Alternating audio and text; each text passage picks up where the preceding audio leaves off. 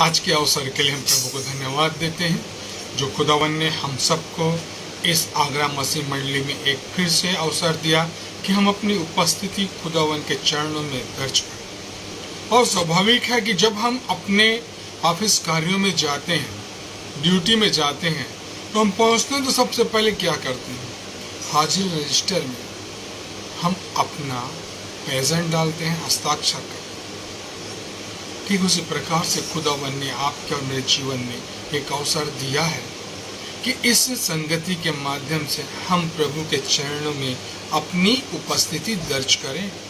और यह अच्छी बात है कि खुदावन ने आपको और मुझको इस पेज के द्वारा एक अवसर दिया कि हम प्रभु के साथ क्या करें, संगति करें। प्रभु को हम धन्य कहते हैं कि हमने जो पूरे हफ्ते भर बटोरा और इस रात्रि के अवसर में जो संध्या का समय है, हम क्या करें, उसके चरणों में अर्पित करें। और हम मनुष्य का पहला कर्तव्य है कि हम अपने जिंदा खुदा बाप को पहला अधिकार दें।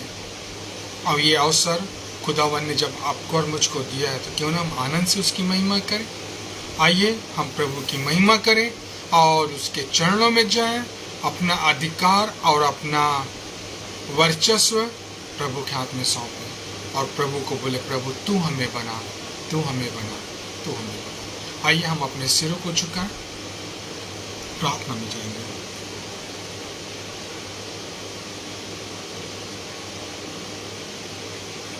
हे हमारे महान और उद्धारकर्ता पिता परमेश्वर, हम प्रभु यीशु मसीह के पवित्र और मीठे नाम से हम आपके पवित्र पवित्र पवित्र सिंहासन के पास आते हैं। आपने जो हम मनुष्यों से पहले प्रेम किया, आपने जो हम मनुष्यों के गुनाहों को माफ किया, आपने हमें इस योग्य बनाया कि हम आपके अधीनता में आपके चरणों के पास आएं और अपना सर्वस्व, अपना अधिकार आपके हाथ में सौंपें। क्योंकि पिता परमेश्वर आपने हमें बनाया है, आपने हमें बुरे मार्ग से फिरकर अपने करीब लाया और पिता परमेश्वर अपनी महिमा ले रहा है। हम मनुष्य क्या हैं प्रभु जी कि आपके चरणों में आए, लेकिन आपको यही बात कि हम आपके करीब रह के आपकी महिमा करें। ओ पिता परमेश्वर, धन्यवाद देता हूँ प्रत्येक भाई बहनों को जो आपको और मुझको, हम सबको आशीषित करता और अपने पवित्र हाथ के नीचे रखता है। पिता परमेश्वर, धन्यवाद देता हूँ कि आपने आज हमारी दुआओं को सुना है। काजल कोरी के पैर का जो MRI हुआ है उसका नस दब गया है। पिता परमेश्वर, जो डॉक्टर्स गोली और दवाई देते हैं प्रभु जी, उनके आधार पर उनका सही इलाज हो सके ताकि वो अपने परिवार के लिए अपना एक अहम योगदान दे सके। पिता परमेश्वर, आप अपने लोगों को अवसर देते हैं, इन माध्यमों से हम आपके करीब आएँ और आपके करीब आ करके आपको पुकारने वाले और आपकी नित्य सेवा करने वाले बन सकें। पिता परमेश्वर, हम प्रार्थना करते हैं जितने भाई बहन इस पेज में शरीक होते हैं और इस पेज के द्वारा आपकी महिमा, स्तुति, आराधना, जय जयकार, तारीफ, प्रशंसा करते हैं, हम उन सबों को भी आपके हाथ में सौंपते हैं। क्योंकि पिता परमेश्वर, हमारा भजना, आपको महिमा देना, आपको स्तुति करना, आपको भावता हो सके। खुदा बाप, आज का जो वचन का भाग है उसे भी हम आपके हाथ में सौंपते हैं। हम मनुष्य हैं प्रभु जी, हमसे गलती होती है। हम यही दुआ करते हैं प्रभु जी, अपने पवित्र आत्मा की सामर्थ्य मिले, हमसे बातें कर अपने कदमों के पास रख। हम आगे का समय पवित्र आत्मा के सामर्थ्य में होकर प्रभु यीशु मसीह हम आपके करीब आते हैं। हे खुदावन, हमारी दुआओं को सुन, प्रभु यीशु मसीह में कबूल कर ताकि हम आपकी महिमा करें। आदर, महिमा, गौरव, सम्मान आपको देते हुए प्रभु जी इस विनती को हमारे उद्धारकर्ता प्रभु यीशु मसीह के नाम से मांगते हैं, आमीन। आइए प्रभु के महिमा के लिए हम गीत गाएंगे, आवाज उठाएंगे, हम साथ बजाएंगे, हाय यीशु महान अपना यह गीत सुनाएंगे। सच में खुदावन ने हमें अवसर दिया है कि हम सब मिलकर के क्या करें, अपनी आवाज को उठाएं हम अपनी आवाज में प्रभु को महिमा दें और उसके चरणों में आकर अपने दिन को आशीष में व्यतीत करें। आइए इस गीत को गाएंगे।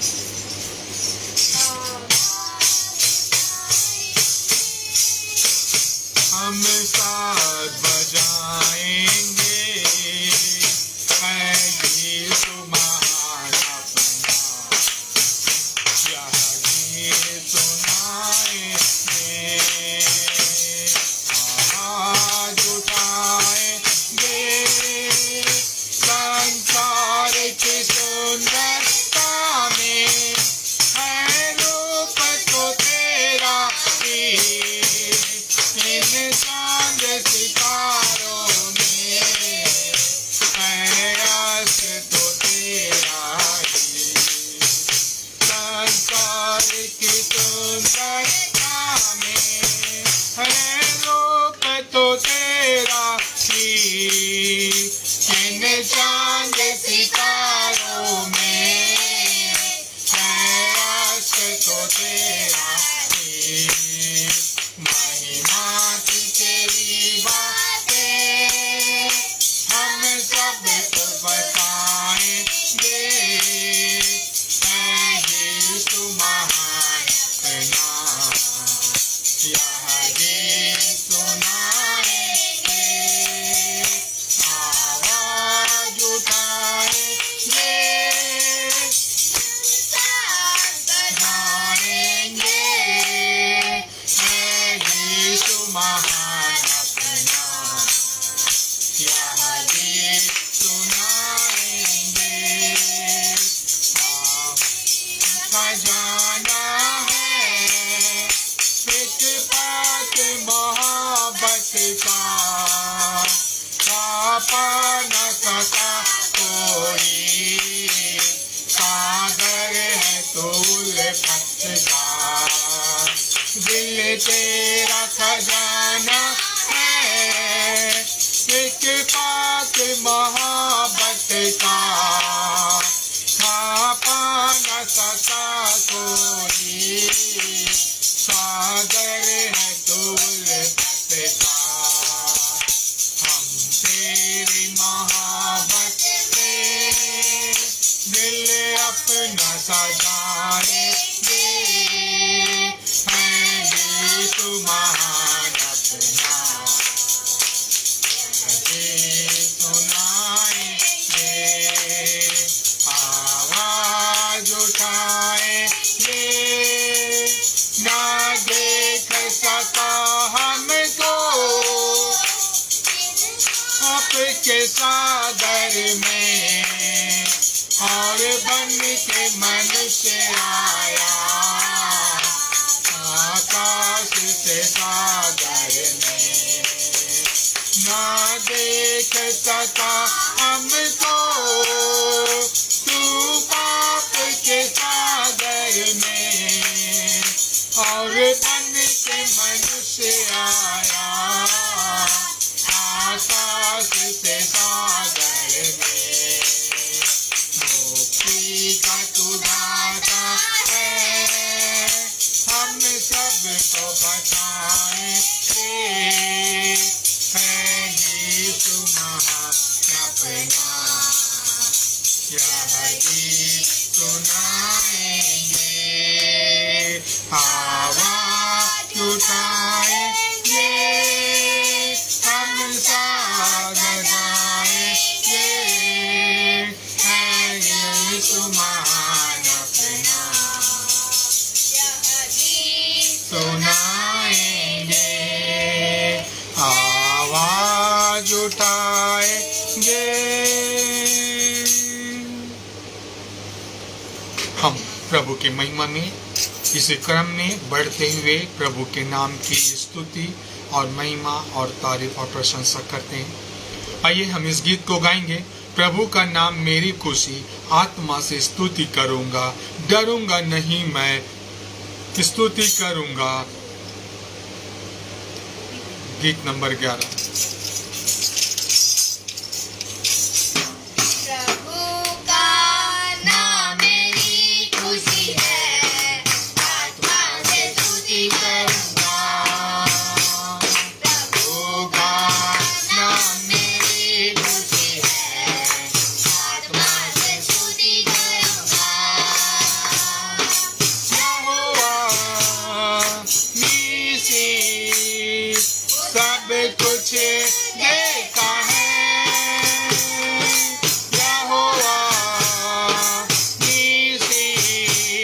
विजय देता है। डरूंगा नहीं मैं स्तुति करूंगा, डरूंगा नहीं मैं स्तुति करूंगा। प्रभु का नाम मेरी खुशी है, आत्मा से स्तुति करूंगा। प्रभु का नाम मेरी खुशी है, आत्मा से स्तुति करूंगा। डरूंगा नहीं मैं स्तुति करूंगा, डरूंगा नहीं मैं स्तुति करूंगा। प्रभु का नाम मेरी खुशी है, आत्मा से स्तुति करूंगा। यहोवा हीरे वो सब कुछ देता है। यहोवा हीरे वो सब कुछ देता है। डरूंगा नहीं मैं स्तुति करूंगा, डरूंगा नहीं मैं स्तुति करूंगा। प्रभु का नाम मेरी खुशी है, आत्मा से स्तुति करूंगा। प्रभु का नाम मेरी खुशी है, आत्मा से स्तुति करूंगा।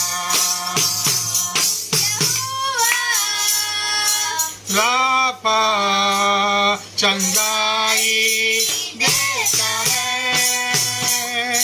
यहोवा रापा चंगाई देता है।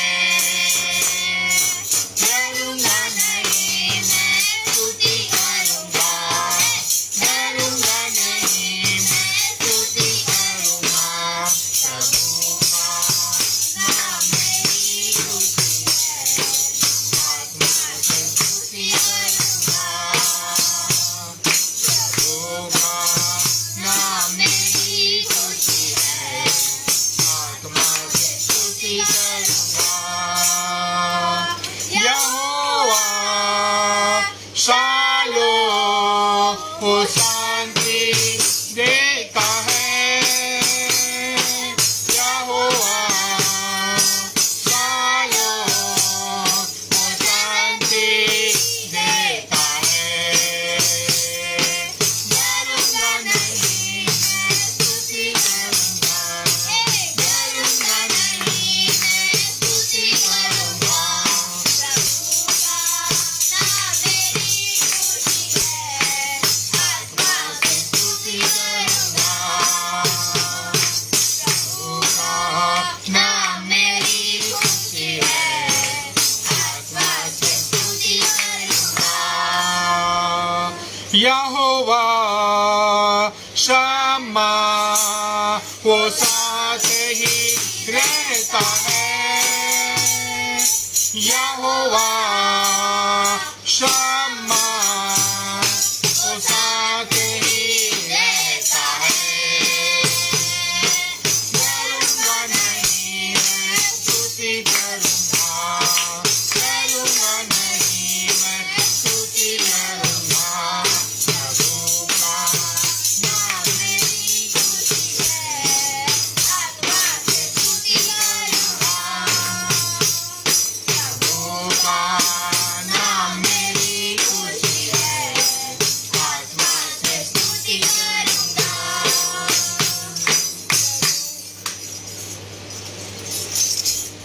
आइए हम प्रभु परमेश्वर के उस उत्तम भाग में चले जो परमेश्वर ने हमारे जीवन में दिया है। परमेश्वर के उस उत्तम भाग अर्थात परमेश्वर के उस पवित्र वचन में हम अपने मनों को लगाएंगे और सीखने का प्रयास करेंगे कि खुदावन आज हमें अपने पवित्र और बरकत भरे हाथ के नीचे आशीषमय करें। हम उन्हीं परिच्छेदों को निकालेंगे जिन परिच्छेदों को हम बार बार पढ़ के आगे निकल जाते हैं, परंतु क्या हम परमेश्वर के वचन में निरंतर अपने आप को लगाते हैं? हम बार बार अपने जीवन में परमेश्वर के वचन में आगे तो बढ़ जाते हैं, लेकिन हम अपने जीवन में वहीं ठहर जाते हैं, वहीं रुक जाते हैं, क्योंकि हमारे किए हुए कार्य हमको पश्चाताप करने का अवसर देता है। और वो व्यक्ति ही सही है कि जो अपने आप का मूल्यांकन करता और जो अपने आप को महसूस करता है। आइए, ये परमेश्वर का वचन हमसे आज यही कहता है कि जो हमको लूका रचित सुसमाचार उसका 5वां अध्याय और उसके 1 पद से हम 11 पद तक पढ़ेंगे। लूका रचित सुसमाचार और उसका 5वां अध्याय और उसका 1 पद से लेकर के हम 11 पद तक पढ़ेंगे। परमेश्वर का वचन यहाँ पे यो इस प्रकार से कहता है, जब भीड़ परमेश्वर का वचन सुनने के लिए उस पर गिरी पड़ती थी और वह गन्नेसरत की झील के किनारे पर खड़ा था, तो ऐसा हुआ कि उसने झील के किनारे 2 नावें लगाई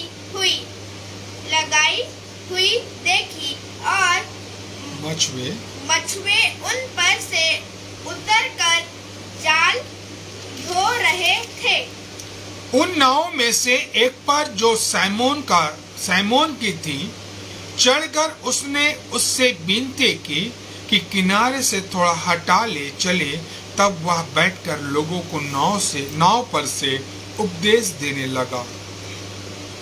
जब यह बातें कर चुका तो साइमन से कहा, गहरे में ले चल और मछलियां पकड़ने के लिए अपने जाल डालो।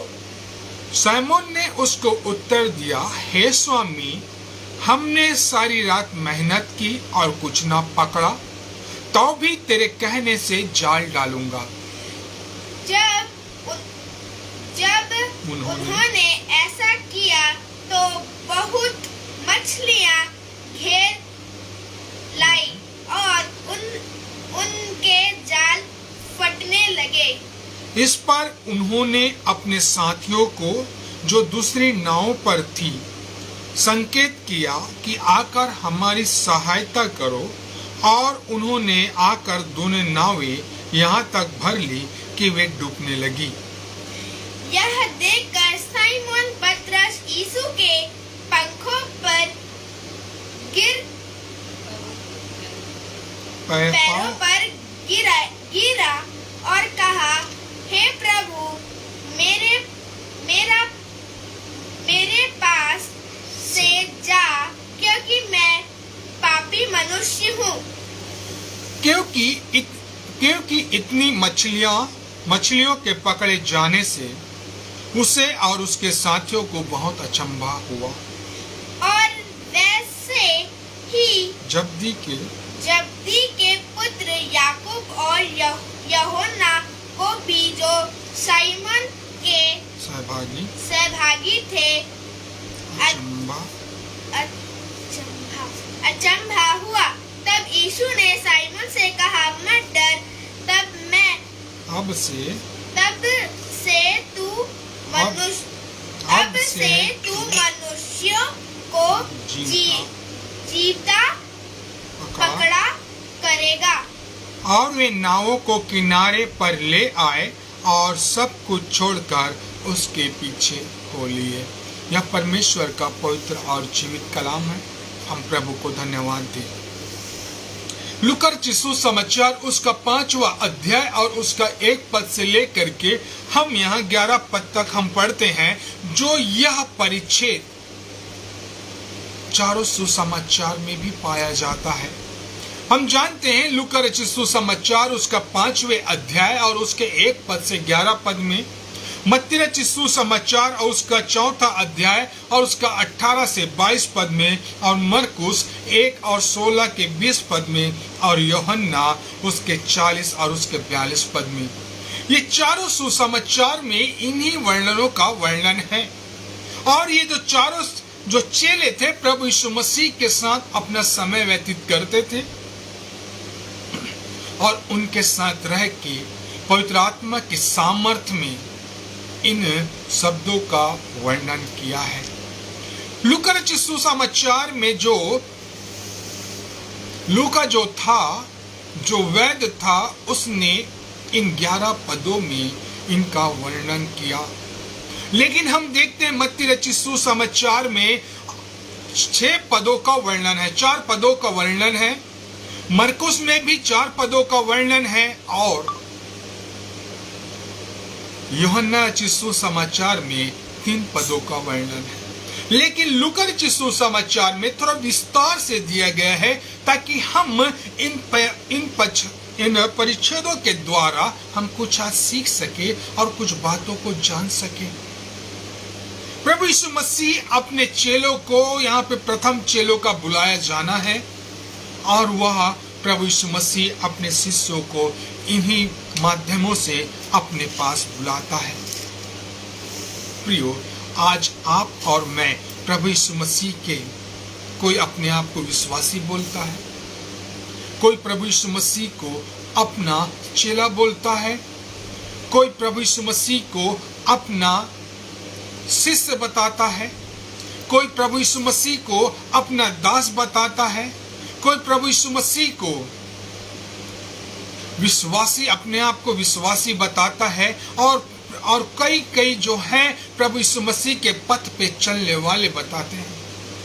और हम देखते हैं कि जो प्रभु यीशु मसीह की जो बुलाहट को सुनते हैं और जो प्रभु यीशु मसीह के पुकार को सुनते हैं, वे सब प्रभु यीशु मसीह के क्या है? चेले हैं, प्रभु यीशु मसीह के दास, बेटे और बेटियां हैं।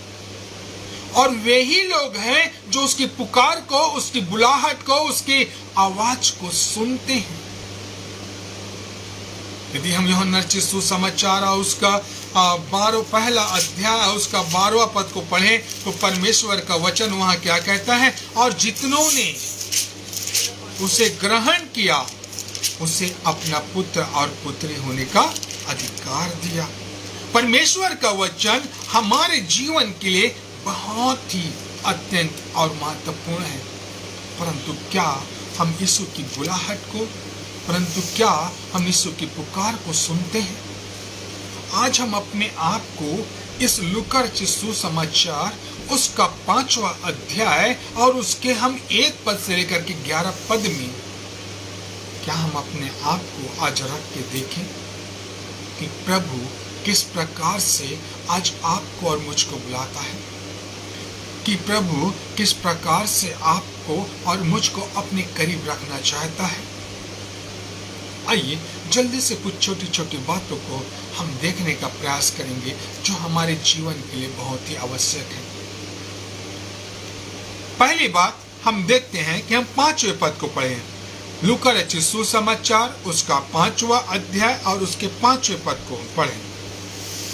यहाँ पे लिखा है, सैमोन ने उसको उत्तर दिया, हे स्वामी, हमने सारी रात मेहनत की और कुछ ना पकड़ा, तो भी तेरे कहने से जाल डालूंगा। कितनी आनंद की बात है। जो पतरस, जो सैमोन है, जो पतरस कहलाता है, जो प्रभु यीशु मसीह से मुलाकात हुए कुछ चंद लम्हे हुए हैं, जो प्रभु यीशु मसीह से वार्तालाप करते हुए कुछ ही पल हुए हैं, और वो पतरस जो सैमोन है प्रभु यीशु मसीह की वाणी को सुनकर कहता है कि हे स्वामी, हमने सारी रात मेहनत की फिर भी कुछ ना पकड़ा, तो भी तेरे कहने से मैं जाल डालूंगा। पहली बात यहाँ पे हमें समझ आती है कि प्रभु यीशु मसीह उनको अपने पास बुलाता है जो मेहनत करना, जो परिश्रम करना जानते हैं। प्रभु यीशु मसीह उनको अपने पास बुलाते हैं जो अपने कार्य में कुशलता, दक्षता हासिल किए हुए हैं। प्रभु यीशु मसीह उनको बुलाता है जो अपने परिश्रम करने से कभी कतराते नहीं। हमने यहाँ 5वें पद को पढ़ा, कहता है, हे स्वामी, हमने सारी रात मेहनत की, हमने कुछ ना पकड़ा, फिर भी तेरे कहने से मैं जाल डालता हूँ। कितनी आनंद की बात है। ये जो सैमोन और पतरस थे, रात भर परिश्रम किए, फिर भी वो कुछ भी क्या मछलियां हासिल नहीं कर पाए। और सुबह की भोर होते होते मैं कहता हूं कि आप और मैं रात भर परिश्रम करें तो सुबह की भोर के होते होते आपके और मेरे आंखों में शायद नींद की झोंके और आंख बंद होना प्रारंभ हो सकता है। परंतु यहाँ सैमन जो पतरस कहलाता है उसको प्रभु ने आज्ञा दिया और कहता है मैं फिर भी परिश्रम करूंगा। हमने नीति वचन की पुस्तक उसका 6वां अध्याय और उसके 6 पद से लेकर हम 8 पद तक हम पढ़ते हैं। वहां पे राजा सुलेमान क्या कहता है, हे आलसियों, चींटियों के पास जाकर के सीखो कि वो धूप काल में कैसे बटोरते हैं, कैसे संचय करते हैं। प्रभु यीशु परमेश्वर पिता राजा सुलेमान के द्वारा इन शब्दों को व्यक्त करना चाहता है और कहता है आलसियों, चींटियों के पास जाकर उनके काम पर ध्यान दे और बुद्धिमान हो। उनके न तो कोई न्याय होता, न तो कोई राजा होता, न तो कोई प्रधान होता, तो भी वह अपना आहार धूप काल में संचय करते हैं। परमेश्वर सिखलाना चाहता है कि आप और मैं परिश्रम करें। परमेश्वर चाहता है कि हम अपने कार्य को दिन ही दिन में करें ताकि वो रात आने वाली जिसमें हम कोई काम नहीं कर सकेंगे। सिर्फ रोना और छाती को पीटना होगा। इसलिए मेरे प्रिय परमेश्वर का वचन कहता है, हे आलसियों, चींटियों के पास जाकर ध्यान से देखो। खुदावन आपको और मुझको परिश्रम करने वाला बनाना चाहता है। खुदावन आपको मुझको मेहनत करके अपने कार्य को अंजाम देने के लिए सिखलाना चाहता है। यदि हम दूसरा थिस्सलुनीकियों और उसका 3 अध्याय और उसका हम 8 पद को पढ़ें। दूसरा थिस्सलुनीकियों 3 अध्याय और उसका 8 पद कहता है, और किसी की रोटी मुफ्त में ना खाई। हालेलुया। पौलुस भी, जिसने अपने इस नग्न आंखों से खुदावन को देखा, उसने अपने कानों से खुदावन की आवाज को सुना, उसने खुदावन के लोगों को जो रोज तकलीफ देता था, उनको सताने वालों को प्रभु यीशु मसीह ने दर्शन दिया, वो तक कहता है, क्या कहता है, और किसी की रोटी मुफ्त में ना खाई, पर परिश्रम और कष्ट से रात दिन काम धंधा करते थे कि तुम में से किसी पे भार ना हो। परिश्रम अपने लोगों को यहोवा करना सिखलाता है ताकि वो अपनी रोटी खुद बटोर सके। प्रभु यीशु मसीह खुदावन जब इस्राएलियों को मिस्र से निकाल के लाया और उनके पास न खाने के लिए कुछ था, न पहनने के लिए कपड़े, न पहनने के लिए जूते, और जिस अवस्था में थे उस अवस्था से वो चले थे, वो कपड़े और उनके जूते और जो कुछ था वो पहन के निकले थे। क्या खुदावन जब स्वर्ग से मन्ना बरसा सकता था तो क्या सीधा उनके मुंह में नहीं डाल सकता था? क्या खुदावन उसे आशीषित नहीं कर सकता था? जब 40 वर्षों तक उनके न कपड़े फटे, न उनके जूते फटे, न उनको कुछ हानि हुई, तो क्या खुदावन उसे आशीषित करके उन्हें परिपूर्ण नहीं कर सकता था? उनको भूख ही नहीं लगती। लेकिन यदि उनको भूख नहीं लगती तो मेरे प्रियो वो परिश्रम करना भूल जाते, वो बैठ जाते, अलाल हो जाते, क्योंकि ऐसी खुदावन ने उसे नहीं कहा टेढ़ी गर्दन के लोग। मेरे प्रियो, जब व्यक्ति को जब कोई चीज फ्री में मिलती है ना, उसकी इज्जत नहीं करते। आज हम बहुत से मसीह भाई बहनों को देखते हैं जो जन्म से प्रभु को पाए हुए हैं, माँ के गर्भ से पाए हुए हैं, वो कभी भी माता प्रभु यीशु मसीह के उस बहाए हुए लहू का दाम नहीं चुका सकते। क्योंकि हमने कभी उसके मर्म को पहचाना नहीं, हमने कभी उसके मर्म को पहचाना नहीं, न जाना, क्योंकि हमको तो सेतमेत मिला है। इसीलिए परमेश्वर आपको और मुझको परिश्रम करना सिखलाता है ताकि हम वो मन्ना बटोरे, अपनी रोज की रोटी हम बटोरे। परिश्रम करें और प्रभु के लिए हम योग्य कार्य करने वाले हो। और हम देखते हैं लूका रचित सुसमाचार उसका 5वां अध्याय और उसके 1 पद से हम 11 पद में कि जो सैमोन था वो परिश्रम करने वाला था और यहोवा के कथन के अनुसार, प्रभु यीशु मसीह के वाणी के अनुसार वो कहता है तो भी तेरे कहने के अनुसार मैं जाल डालूंगा। अभी आपको और मुझको, मेरे घर वाले, मेरे भाई बहन, माता पिता, हमको जब हम थक के आएंगे और हमें कुछ जब काम देते हैं, हम कितने झल्ला के बोलते हैं, किस प्रकार की वाणी से बात बोलते हैं। लेकिन यहाँ पे पतरस आपको और मुझको सिखलाना चाहता है मेरे प्रियो, क्या कहता है? हे प्रभु, हे गुरु, हे स्वामी, फिर भी मैं तेरे कहने के अनुसार चाल डालूंगा। आज मेरे प्रियो अपने हृदय को खोल के बैठो। हो सकता है आज ये वचन आपके जीवन में काम करे, हो सकता है यह वचन आप मेरे जीवन में काम करे, हो सकता है यह परमेश्वर का पवित्र वचन है हम सबके जीवन में काम करे। इसलिए परमेश्वर आपको और मुझको परिश्रम करना सिखलाता है। नहीं तो ऐसा होता प्रभु यीशु मसीह सब आंख झपकते क्या बोलता? जितने विश्वासी हैं ऊपर आ जाओ और जितने अविश्वासी हैं इस पृथ्वी पे ढेर हो जाओ। मैंने तो अपने लोगों को चुन लिया। लेकिन यहोवा एक अविश्वासी के मरने से प्रसन्न नहीं होता। इसलिए मेरे प्रियो, आपको और मुझको परमेश्वर क्या कहता है? हमको परिश्रम करना सिखलाता है। आपको और मुझको यहोवा परिश्रम करके जिस प्रकार से आप और मैं सेत में परमेश्वर के दान को प्राप्त किए हैं, आप और मैं परमेश्वर के वचन के द्वारा दूसरों को भी परिश्रम करना सिखाएं और उसको आशीषित करें। नीति वचन की पुस्तक उसका 13वां अध्याय और उसके हम 11वें पद को पढ़ते हैं। लिखा है, निर्धन के पास माल नहीं रहता, परंतु जो अपने परिश्रम से बटोरता उसकी बढ़ती होती है। इसीलिए परमेश्वर का वचन कहता है, राजा सुलेमान ने अपने कटु अनुभव को कहता है, परिश्रम के द्वारा बटोरा हुआ धन बढ़ती का होता है, आशीषमय होता है। हालेलुया। परमेश्वर अपने वचन के द्वारा आपको और मुझको आशीषित करे।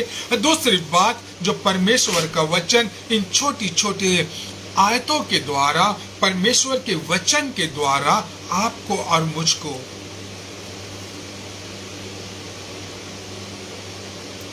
सिखलाना चाहता है। हम लूका रचित सुसमाचार उसका 5वां अध्याय और उसका 4था पद को पढ़े। जब वह बातें कर चुका तो सैमोन से कहा, गहरे में ले चल और मछलियां पकड़ने के लिए अपने जाल डालो। यहाँ पे 2 परिच्छेद हैं और दोनों में ही जो सैमोन है प्रभु यीशु मसीह की वचन को, प्रभु यीशु मसीह की वाणी को सुनता है, इग्नोर नहीं करता, मना नहीं करता। और क्या कहता है खुदावन यीशु राजा सैमोन से?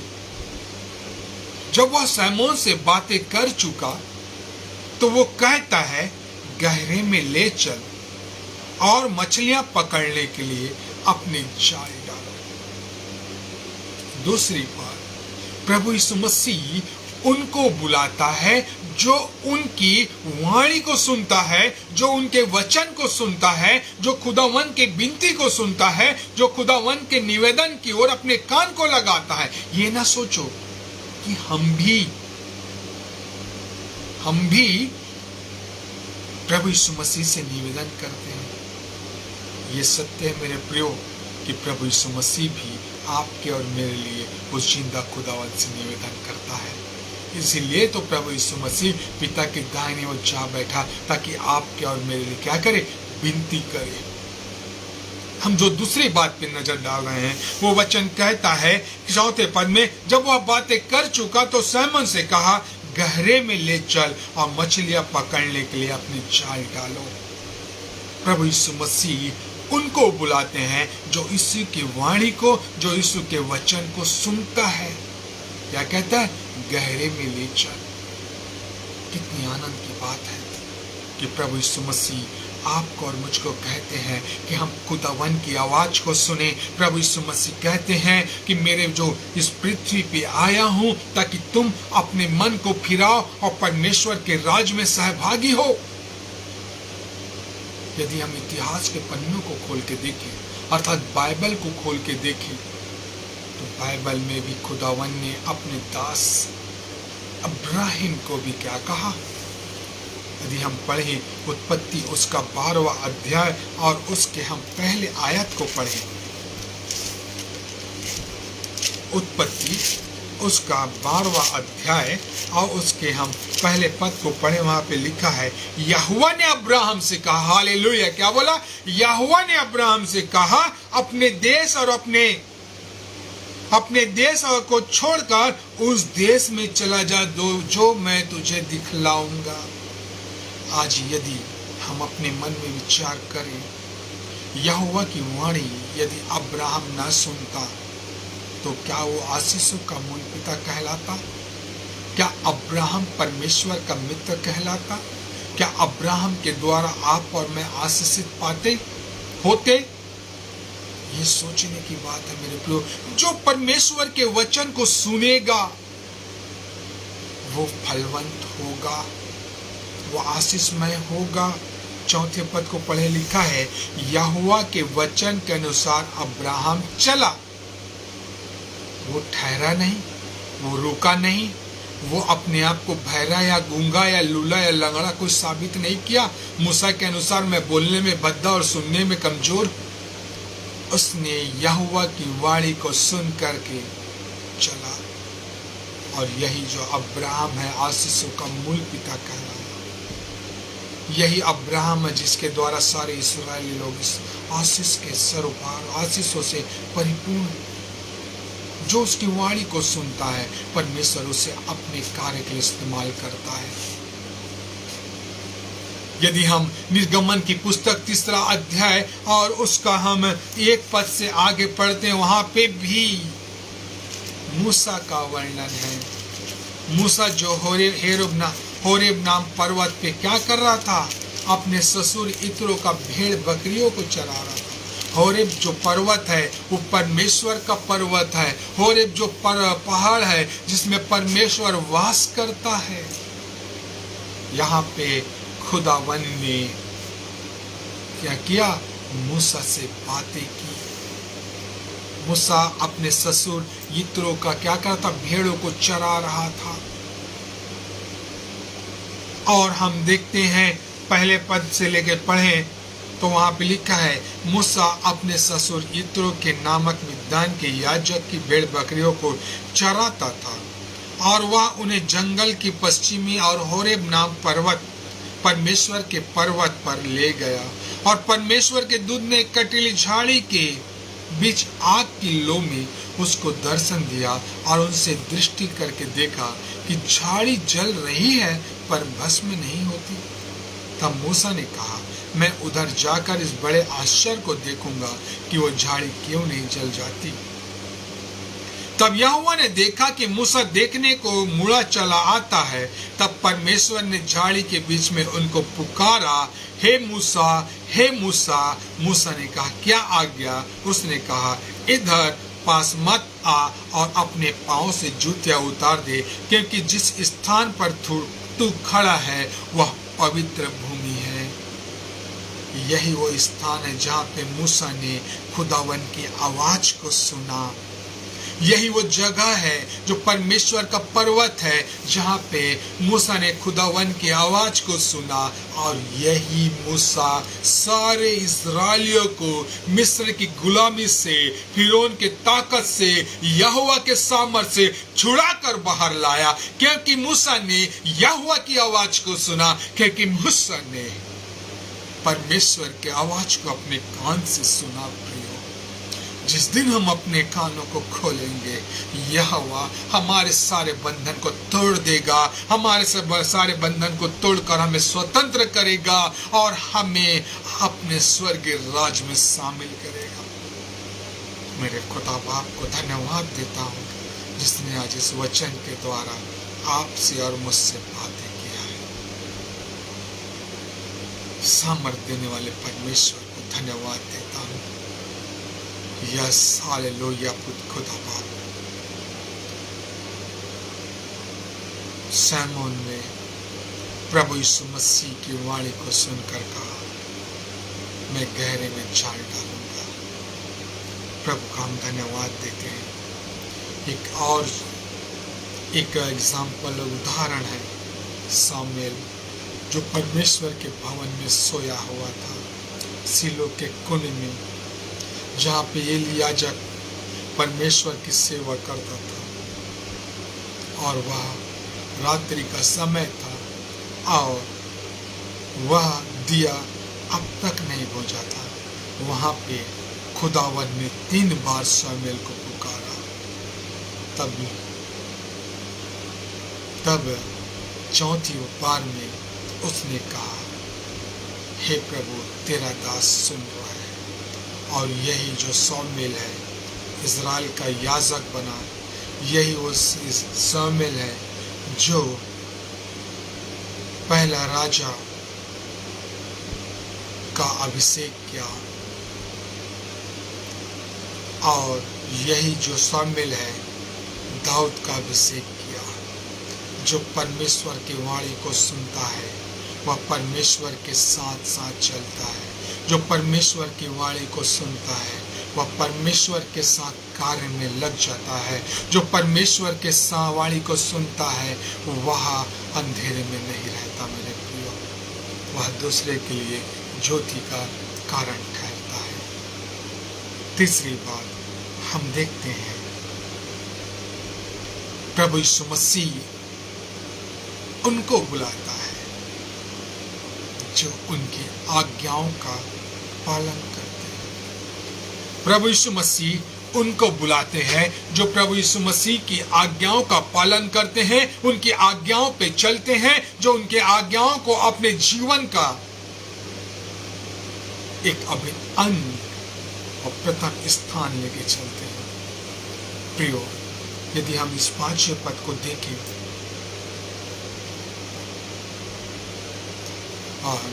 लूका उसका 5वां अध्याय और उसके 5 पद को पढ़े, लिखा है, सैमून ने उत्तर दिया, हे स्वामी, हमने सारी रात मेहनत की और कुछ न पकड़ा, तो भी तेरे कहने से जाल डालूंगा।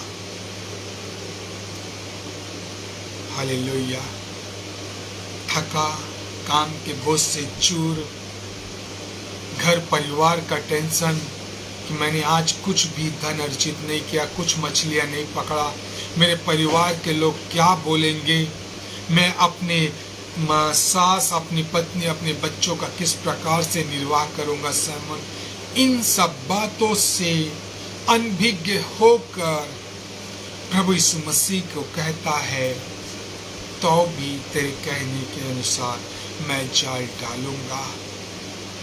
सैमून जो पतरस कहलाता है, उसने यीशु की आज्ञाओं का पालन किया और वह जाल लेके प्रभु यीशु मसीह के साथ कहाँ गया? गहरे समुद्र में चला गया, गलील की झील में चले गया। आज आप और मैं उतले उतले में प्रभु के काम को कर रहे हैं। आज आप और मैं थोड़ा सा परिश्रम करके विश्राम करने लग जाते हैं और परमेश्वर की आज्ञाओं का पालन नहीं करते हैं। यहाँ पे परमेश्वर का वचन कहता है, यूहन्ना रचित सुसमाचार उसका 14 अध्याय और उसका 14 अध्याय उसके 21 पद में कहता है, जिसके पास मेरी आज्ञाएं हैं और वह उन्हें मानता है, वही मुझसे प्रेम करता है। हालेलुया। प्रभु यीशु मसीह इन शब्दों में, साफ शब्दों में आज आपसे और मुझसे कहता है, जो मेरी आज्ञाओं को मानता है वही मुझसे प्रेम करता है। क्या आप और मैं कहीं दिखावटी प्रेम प्रभु यीशु मसीह से तो नहीं करते? क्या आप और मैं सिर्फ चर्च भवन में या मसीह जगत में लोगों को प्रसन्न करने के लिए प्रभु यीशु मसीह की आज्ञाओं का पालन करते हैं? मेरे प्रियो, हम इन पेज जो चलाया जा रहा है, मैं बार बार सोचता हूँ, मुझे अच्छा लगता है। ये जो आगरा मसीह मंडली है, पास्टर कपिल शर्मा का पेज है, बहन आभा डेलिया की आभा डेनियल है, इन जो सब लोग जो पेज चलाते हैं और मसीह भाई बहनों को एक अम्ब्रेला अर्थात एक छत के नीचे ला करके आपको और मुझको वचन से क्या बोलना चाहिए, परिपूर्ण करते हैं, सिखाते हैं कि हम अपने बुलाए जाने को सोचें, हम अपने चुन ले जाने को सोचें। यदि हम सच्चा परमेश्वर से प्रेम करते हैं तो हम प्रभु की आज्ञाओं को मानते हैं। हम मनुष्य को दिखाने के लिए प्रभु की आज्ञाओं को ना माने मेरे प्रिय, या वो सच्चा है कि हम प्रभु के पद से हट जाए। क्यों भीड़ बढ़ाने के लिए लोग भीड़ बढ़ाने के लिए मसीह बनने चले गए। मैं प्रभु का वचन को जब पढ़ता हूँ बहुत अच्छा लगता है। ये भीड़ की भीड़ प्रभु पे गिरे पड़ रही थी, लेकिन वो चंगाई को नहीं प्राप्त कर रहे थे। लेकिन वो जो 12 वर्षों से लहू थी, मैं बड़ा अचंबा और सोचता हूँ, उस स्त्री के 12 वर्ष से लहू बह रहे हैं, उसके शरीर में ताकत नहीं है, वो पीछे से भीड़ को चीरते हुए प्रभु यीशु मसीह के दामन को छू के चंगी हो गई। और जो लोग भीड़ के भीड़ प्रभु यीशु मसीह को छू रहे थे, दबा रहे थे, वो क्यों चंगे नहीं हो रहे थे? क्योंकि उनमें प्रभु यीशु मसीह के प्रति प्रेम नहीं था। वे सिर्फ भीड़ बढ़ाने के लिए, जनसंख्या की वृद्धि करने के लिए कि प्रभु मैं तेरा हूं। दूसरे प्रकार के लोग जो अपनी भूख और प्यास को बुझाना चाहते थे। तीसरे प्रकार के लोग अपने परिवार को जतलाना चाहते थे कि मैं तेरा बेटा बेटी हूं। वहां पे नाना प्रकार के लोग हैं जो प्रभु के साथ तो चल रहे थे, लेकिन प्रभु की आज्ञाओं का पालन नहीं कर रहे थे। प्रभु का धन्यवाद देता हूं कि पिता परमेश्वर ने इन वचन के द्वारा आज आपके और मुझसे बातें की है। मैं यह विश्वास करता हूं। वचन हम पढ़ते हैं, पूरा करते हैं, वहां पे लिखा है, जिसके पास मेरी आज्ञाएं हैं और वह उन्हें मानता है, वही मुझसे प्रेम रखता है, और जो मुझसे प्रेम रखता है उससे मेरा पिता प्रेम रखेगा। अब हमारे पास एक और ऑप्शन हो गया। यदि हम प्रभु यीशु मसीह से प्रेम रखेंगे तो हमारा जो जिंदा परमेश्वर है, जिसने आपको और मुझको अपनी समानता और स्वरूप में बनाया है, वो आपसे और मुझसे प्रेम रखेगा। फिर वो कहता है, और मैं उससे प्रेम रखूंगा और अपने आप को उस पर प्रकट करूंगा। हालेलुया! कितनी अनोखी बात है। जो परमेश्वर की आज्ञाओं को मानते हैं वो प्रभु यीशु मसीह से प्रेम करते हैं, और जो प्रभु यीशु मसीह से प्रेम करता है, प्रभु यीशु मसीह अपने आप को आप पे और मुझ पे क्या करता है? प्रकट करता है।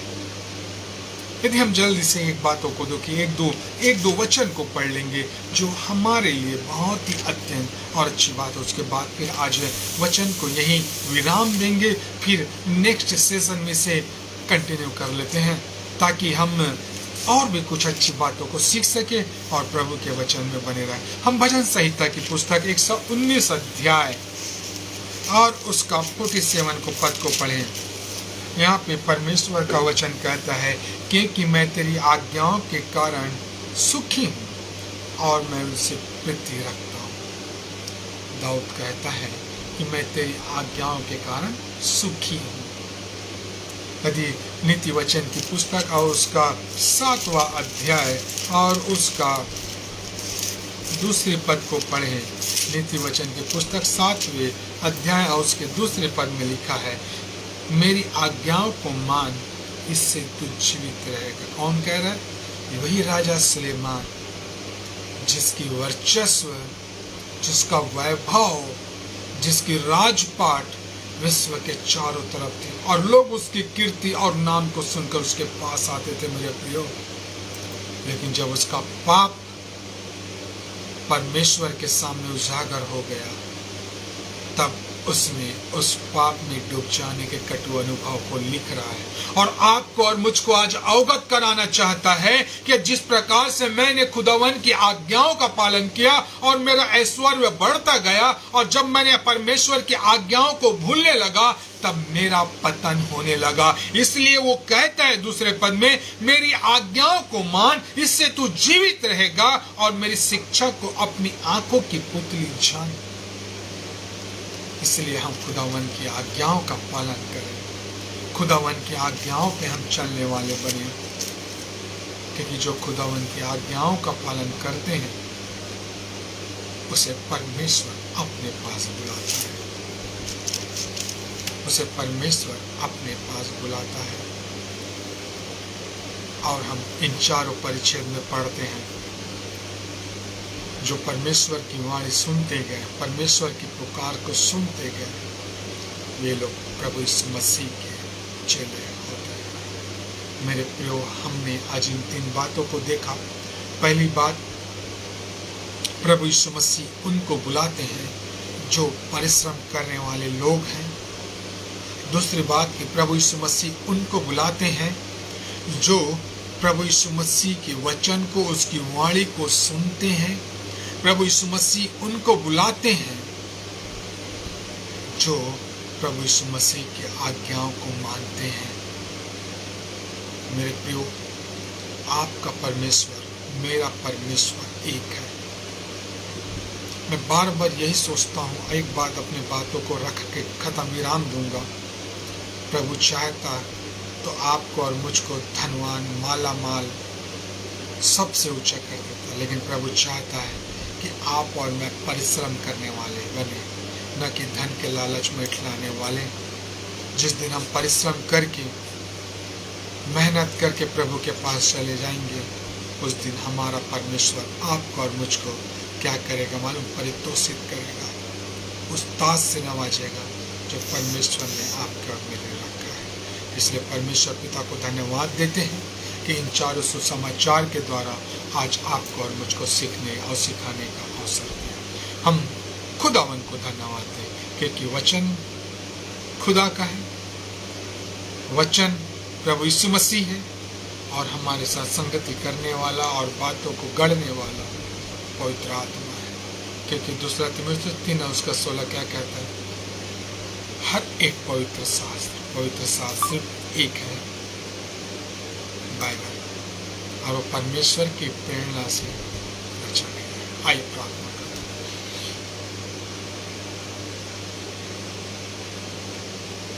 हे हमारे परमेश्वर पिता, प्रभु यीशु मसीह के पवित्र और मीठे नाम से हम आपके पास आते हैं।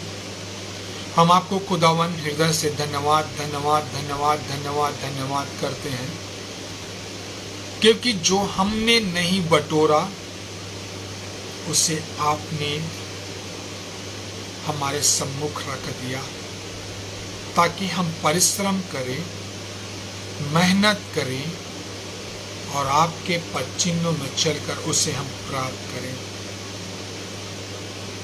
क्योंकि जिस प्रकार से प्रभु यीशु मसीह ने अपने लक्ष्य को प्राप्त करने के लिए